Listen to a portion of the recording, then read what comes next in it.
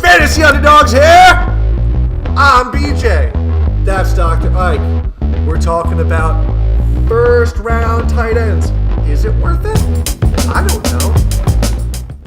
But Dr. Ike knows. Tell him. Well, only tight end I would consider in the first round is Travis Kelce. Travis Kelce has been the top tight end in fantasy, I would say, the past 2 years. It's a huge point differential, positional differential with the rest. I would say there's probably only one, maybe two other tight ends in his class. So it gives you a huge advantage over the other 10 to 12 teams in the league if you have one of these elite tight ends. Would I spend a top 5 pick on him? No. Would I spend a top 10 pick on him? Maybe. Maybe 10. But if I got that, double pick 12, 13, I think I would lean towards taking him because he's such a huge advantage over the rest. Yeah, I think right in that spot, that's the sweet spot. That's where you want to take him if he's there. Unless you have like a couple running backs that you really like. But if you're seeing guys, you're like, you're not too excited about him, he's a difference maker. And that's what you need, position by position. You need difference makers. Once you get to that point, the 12, 13 range, it dips down because then it's like, you kind of feel like you're behind the 8 ball on running back anyway. Why don't I get that jump in tight end? Because there's only 3 that are worthwhile. Maybe someone surprises. Every year there's always somebody. But I think this is where you get the guaranteed edge. Yeah, this is definitely something we'll be talking a lot about in this offseason, about Travis Kelce, his value. Same with Zach Ertz. He's another guy that you're going to see shooting upwards.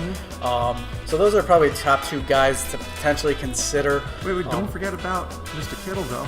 He led tight ends in receiving yards this year. I agree. I mean, Kittle's going to be really good. Would I take him in the first 2 rounds? No. Why not? Why? Led in receiving yards, and he didn't have his top quarterback for most of the year. That's true. And what if Antonio Brown goes there too? If Antonio Brown goes there, opens up the middle of the field a bit. Yeah, I mean, that's pretty good. Yeah, I don't know. I mean, I would have to do more on him at that time, see how the offense is going. All those things came together. If all those came would you together, have him in the top 2 rounds? Kittle. Maybe at the back end around 2, early round 3. I could see him going in that range where, Ertz was going and Kelce was going last year. Yeah. That like early 3rd round. Yeah. Because there is going to be receivers and running backs that are prioritized over a guy like George Kittle. But right now, the only 2 I would consider only one I would really consider in the first round, I think, is Kelce, just because of the touchdown upside.